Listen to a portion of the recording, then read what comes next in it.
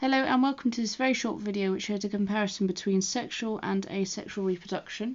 Just linking on to what we were talking about before about meiosis and mitosis. Meiosis, the cell division, is needed for sexual reproduction because meiosis produces the gametes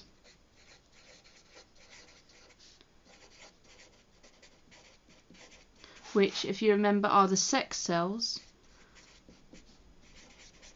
so the sperm and the egg.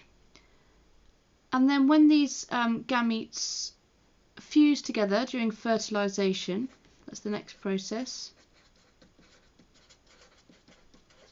you will have a sperm cell with 23 chromosomes, an egg cell with 23 chromosomes. Those will fuse together and form a fertilized egg. Now the key thing about sexual reproduction is that it needs two parents and the fact that it leads to variation.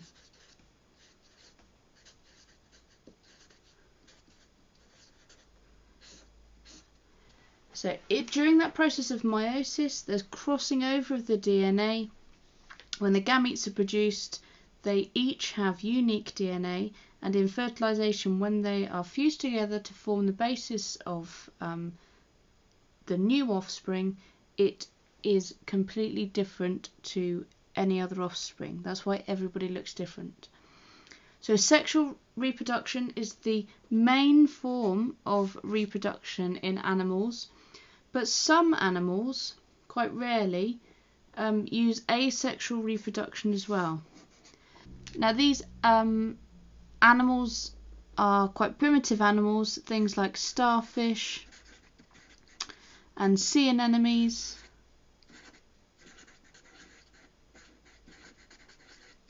That will use asexual reproduction, but the important thing is there's no variation at all in the between the offspring and the parent. They are just clones of the parent. They are identical to the parent. And there's no meiosis anymore in asexual reproduction. It's all division, cell division by mitosis.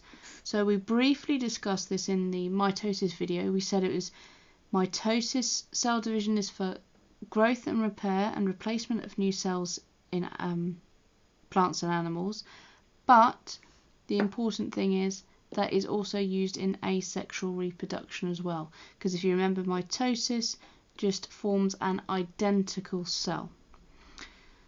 Plants use asexual reproduction quite a lot as well.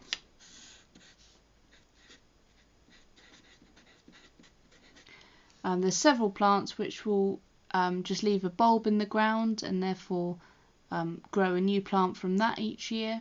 Okay, that will be a form of asexual reproduction where they're just reproducing an identical clone of the plant the next year. So it's used quite widely among plants and very rarely amongst animals, although some animals do use asexual reproduction.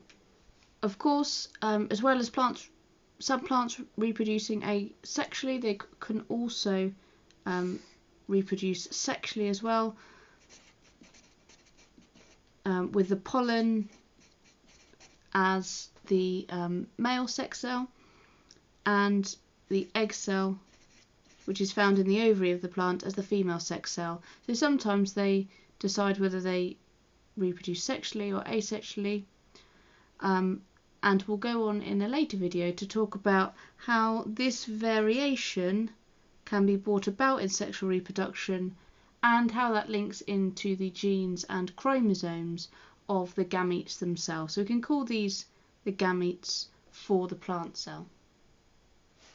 So that's really all we need to know about the two forms of reproduction. The main thing is the sexual involves that sexual reproduction needs meiosis and that it leads to variation. and the asexual reproduction doesn't lead to any variation at all. It just involves mitosis, cell division, and it will form clones which are identical to the parent.